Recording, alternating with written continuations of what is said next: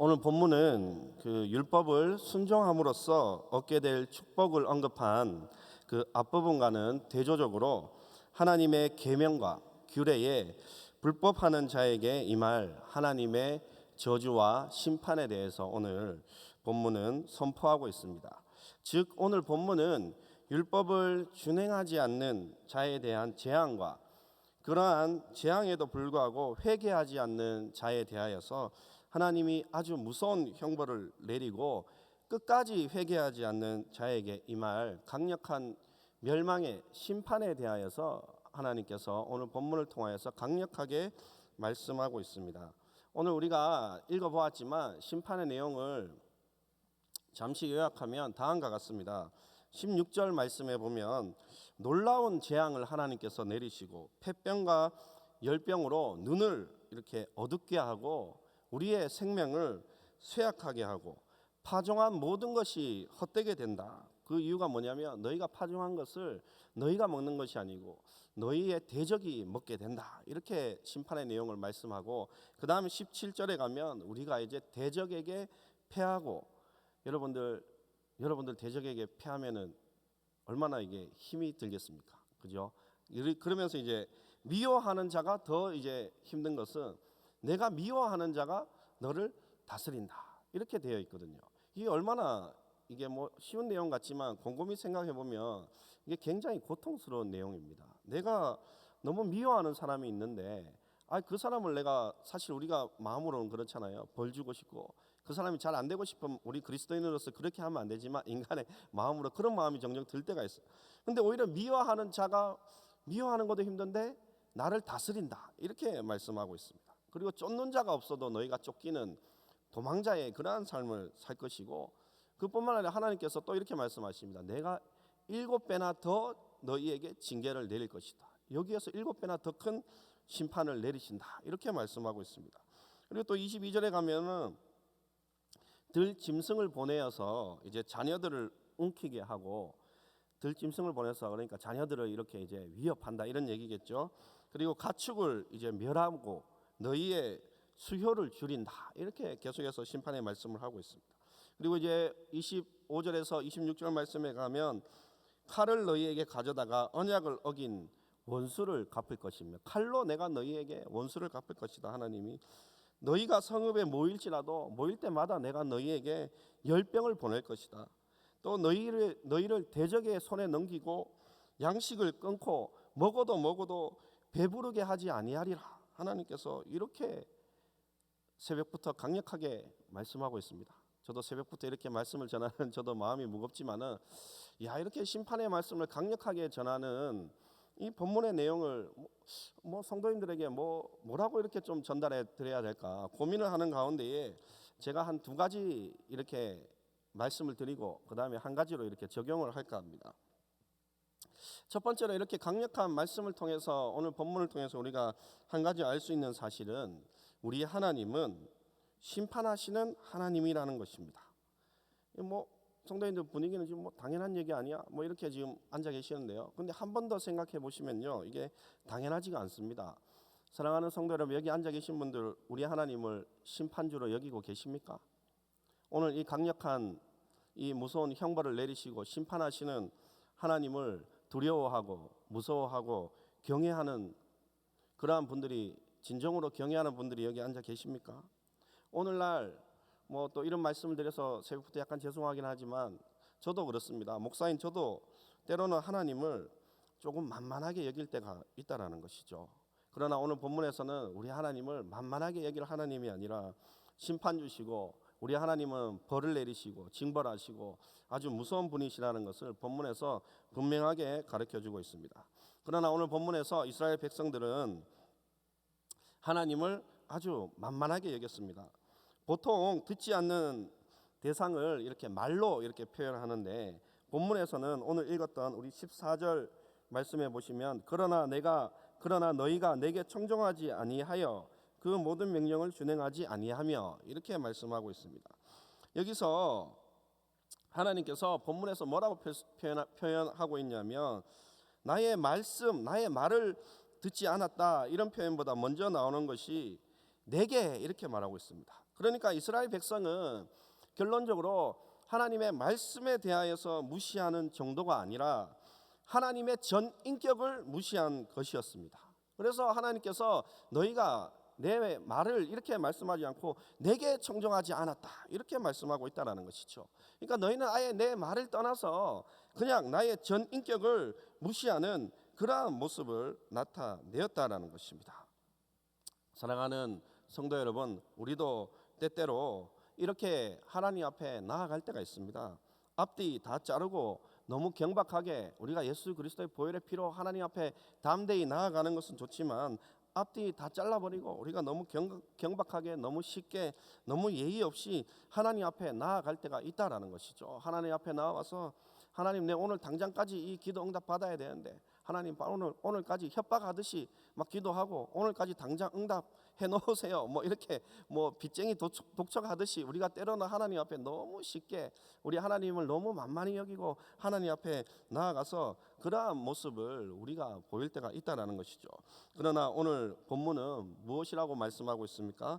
반드시 기억해야 될 한 가지는 우리 하나님은 만만히 여겨야 될 하나님이 아닙니다. 사랑의 하나님도 되시지만 우리 하나님은 심판의 하나님이 되시고 우리를 심판하시고 또한 우리에게 징계하시고 우리에게 벌 주시는 아주 무서운 하나님이심을 우리가 반드시 기억하고 우리는 항상 하나님을 경외하는 그러한 성도님들이 다 되어야 될 줄로 믿습니다. 우리는 여기 나타나는 이스라엘 백성처럼 전인격적으로 아예 하나님 자체를 무시하고 하나님 앞에 그렇게 나아가는 성도님들이 아니라 하나님 앞에 두렵고 떨리는 마음으로 나아가는 우리 성도님들 되시기를 소원합니다. 그러면 두 번째로 하나님이 왜 이렇게 강력한 심판을 선포하며 무서운 하나님이 될 수밖에 없었을까요? 저는 그 이유에 대해서 곰곰이 생각을 해보니까 많은 학자들이 이렇게 벌을 받을 수밖에 없는 많은 이유 이렇게 길게 설명을 했지만 단 한 가지로 얘기하면 그게 죄 때문입니다. 죄. 뭐 때문이라고요? 죄 때문에 이렇게 징벌을 받게 되는데 그러니까 그 죄가 그만큼 강렬하다는 것이죠. 그만큼 강렬하고 그만큼 우리를 유혹하고 그만큼 우리를 올가매고 그만큼 우리를 강력하게 사망의 길로 끌고 가기 때문에 하나님 또한 강력하게 그 죄의 길을 가지 못하도록 선포할 수밖에 없었다라는 것입니다. 저는 죄에 대해서 생각할 때마다 그 한 번씩 예전에 제가 집에 화분을 조그만 걸 키웠었는데 그 화분이 어느 날 이제 잡초가 자라나는 것이었습니다. 그래서 제가 이게 그 이상해서 그 잡초를 이렇게 뽑아서 그냥 화분 밑에다 이렇게 툭 던져 놓았거든요. 근데 이제 시간이 많이 지나고 보니까 그 잡초가 너무 싱싱해요. 야, 이 잡초 진짜 대단하다. 일주일이 지나고 2주일이 지나고 3주일이 지났는데도 너무 싱싱하더라고요. 근데 이상해서 좀 이상하다. 잡초가 시들어야 되는데 이상하다. 그 제가 가까이 가서 싹 보니까 그 잡초가 정말 신기하게도 이 뭐 사람이 옮겨 놓지도 않았는데 그 뿌리가 다시 그 화분에 그 뿌리만 이렇게 탁 꽂혀가지고 그렇게 살아 있는 거예요. 제가 그걸 보고 막 징그럽기도 하고 잡초긴 하지만 막 너무 놀래가지고 뒤로 나자빠질 뻔했습니다. 야, 이 잡초라는 게 이 생명력이 보통이 아니라더만은 야, 이 잡초의 생명력이 진짜 보통이 아니. 제가 뽑아서 딱 던져놨는데 어느 순간 자기가 그게 막 기어가지고 막 갔는지 진짜 잡초가 다시 그 뿌리가 이렇게 화분에 뿌리만 탁 꼽혀가지고 죽은 척 해가지고 이렇게 탁 이렇게 있는데 깜짝 놀랐습니다. 제가 새벽부터 뭘 말씀을 드리냐면요, 죄가 이런 것이더라고요. 죄가 우리가 다 뽑았다라고 생각하지만은 뽑힌 게 아닙니다. 어느 순간 보면은 그 죄라는 게 다시 그렇게 꼬물꼬물해가지고 가서 이렇게 화분에 잡초가 꼽혀서 살아있듯이 우리도 그 죄의 근원, 막 그 죄의 강력함, 죄의 유혹에 꼽혀가지고 우리도 다시 막 죄를 지으려고 살아나고 그렇다라는 것이죠.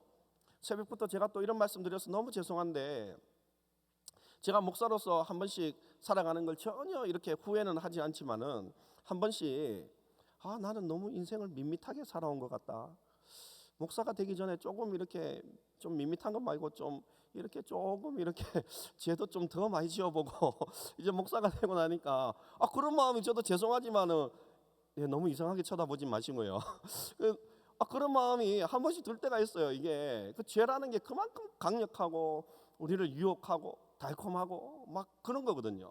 그러다 보니까 하나님께서는 이 단순하게 이렇게 간단하게 얘기해 가지고는 이게 안 되시니까 아주 강력하게 선포하고 있는 것입니다. 사랑하는 성도 여러분, 이 새벽부터 여러분 죄를 만만하게 보지 마시기 바랍니다. 하나님도 만만하게 보지 마시고 죄도 만만하게 보지 마시기 바랍니다. 죄는 지금도 여러분들을 막 쥐어 삼키려고 여러분들을 지금도 이 빈틈을 노리고 있고, 지금 이 새벽기도 마치고 기도하고 나가는 그 순간부터 여러분들이 죄짓도록 유혹하는 게 죄라는 것이죠. 그래서 하나님의 강력한 심판을 기억하시고, 우리 하나님께서 나를 죄짓지 않도록 하기 위해서 이렇게 강력한 심판을 내리셨구나. 자, 이제 우리의 이제 이 말씀을 통하여서 이제 마지막으로 두 가지 살펴보았고, 우리의 삶에 이렇게 좀 적용을 하려고 하는데요. 그러면 이 말씀을 우리의 삶에 어떻게 적용해야 될까? 제가 최근에 저희 그 아들을 위해서 이렇게 기도하면서 제가 이렇게 느낀 것입니다. 성도 여러분, 제 기도를 한번 들어보세요. 아들을 위해서 제가 어떻게 기도하는지. 제 아들이 제 앞에서 이렇게 나쁜 행동, 죄를 지을 때마다 저는 이렇게 기도합니다. 스마트폰을 좀 많이 오래 보고 있다. 7살인데. 그러면 제가 이렇게 기도합니다. 한번 들어보세요. 하나님 아버지, 우리 아들 온유가 오늘도 스마트폰을 너무 많이 봅니다. 스마트폰을 많이 보면 볼수록 지옥에 갈 수밖에 없는데, 하나님, 우리 아들 지옥에 갈 수밖에 없는데, 이렇게 기도하잖아요. 그럼 저희 아들이 이제 입을 탁 틀어막습니다. 저를 더 이상 이제 기도를 못하도록. 근데 성도님 한번 느낌이 어떠세요? 목사가 무슨 아들을 위해서 저래 기도를 하노? 뭐 스마트폰을 본다고 지옥에 갈 수밖에 없는데 무슨 저런 기도를 할까? 혹시 이런 느낌 드는 분 있으세요? 저도 처음에 그런 느낌 들었거든요. 근데 이제 제가 오늘 말씀을 준비하면서 이게 맞는 거예요. 오늘날 우리에게 이 좀 약해졌다 해야 되나? 약해진 신앙이 뭐냐면, 복에 가는 것은 아주 강력하게 우리가 좋아하고 선호하고 아이들 항상 축복해야 되고 그런 건 있지만은, 물론 그게 제가 나쁘다는 건 아닙니다. 그게 좋습니다. 왜냐하면 앞에도 축복에 관한 말씀이 나오기 때문에 먼저 순종하면 복을 받는다. 그 다음에 이제 나오는 게 심판이에요. 심판. 그래서 저는 예전에 우리 선배 어르신들이 전도할 때 그 불신지옥 그 있잖아요. 믿으면 천국 가고 안 믿으면 지옥 간다. 저는 그게 진리라고 생각이 되더라고요. 그래서 저는 이게 맞다. 아들에게 이게 지옥이 있다는 걸 가르쳐 줘야지. 하나님도 분명합니다. 왜냐하면은 오늘 너희가, 내가 강력하게 선포하는 말씀이 사망의 길로 가지 않고 너희가 망하지 않기 위해서 그렇게 하기 때문에 그렇다라는 것이죠. 그래서 우리 삶 가운데에 우리가 항상 많은 사람들을 전도하며 나아갈 때에 우리가 하나님 믿으면 받을 복만 얘기해야 되는 것이 아니라, 하나님 안 믿을 때에 받아야 될 그러한 저주와 강력한 심판을 얘기해야 된다라는 것이죠. 그래서 저는 좀 아들에게 때로는 남들이 볼 때 지나치게 좀 이래 할 때가 있습니다. 그래서 어떤 분은 저에게 이런 말씀을 하더라고요. 한번, 너무 아들 기죽이지 마세요. 아들 그 정도면 뭐 착한데 너무 기죽이지 마세요. 너무 강하게 아들 교육하지 마세요. 이렇게 하는 분들이 있더라고요. 그래서 제가 그랬습니다. 혹시 싸가지 없이 지옥 가는 게 낫겠어요? 싸가지 있게 천국 가는 게 낫겠어요? 기가 죽어서 지옥 가는 게 낫겠어요? 뭐 이렇게 얘기하면, 안 그렇습니까, 성도님? 좀 기가 좀 죽는 게 뭐 어떻습니까? 기가 좀 죽어서 천국 가는 게 낫지. 기가 팔팔 살아가지고 저는 지옥 가는 것보다는 기가 죽어서 천국 가는 게 훨씬 낫다라고 생각합니다. 오늘 우리가 강조해야 될 것 중에 하나가 바로 이것이라는 것이죠. 너무 기죽이지 마세요. 너무 그렇게 잡지 마세요. 저는 지금 앞으로도 계속, 좀 죄송한 얘기지만은 좀 그런 기도를 할 생각입니다. 앞에서 계속 잘못하면은 하나님 지옥을 갈 수밖에 없는데, 저는 그렇게 해야 애가 그러면 이제 입을 탁 틀어막을 정도로 하나님이 무서운 분이시구나. 내가 잘못하면 나도 지옥을 보낼 수 있는 분이시구나. 우리는 항상 오늘 이 본문을 통해서 알아야 될 것은, 우리 하나님은 사랑의 하나님이고 좋은 분이고 긍휼의 하나님이고 정말 자비와 은혜가 충만하신 하나님이시지만, 그러나 우리 하나님께서는 또한 심판의 하나님이시고 우리를 징계하시고 우리를 벌주시고, 또한 우리가 하나님 앞에 만만하게 여겨야 될 하나님이 아니라는 것을 반드시 기억하시고, 그러나 우리 하나님께서 그렇게 벌을 주신 이유는 우리 사랑하는 성도 여러분들이 강력한 심판을 통해서라도 지옥에 가지 않기 위하여서 하나님께서 그렇게 강력하게 선포하는, 그러한 진짜 또 하나님께서 우리를 사랑하신다라는 마음을 기억하시고, 우리의 삶 가운데 오늘 하루도 살아가면서 많은 사람들에게 하나님의 축복도 중요하지만 그 사람들에게 복음이 들어가지 않으면 지옥에 갈 수밖에 없는 그런 수많은 사람들이 있다라는 것을 기억하시고 오늘 이 말씀을 우리에게 적용해서 또한 오늘 많은 죽어가는 영혼들을 살리시는 우리 귀한 포도원교회 성도 여러분들 되시기를 간절히 소원합니다. 기도하겠습니다.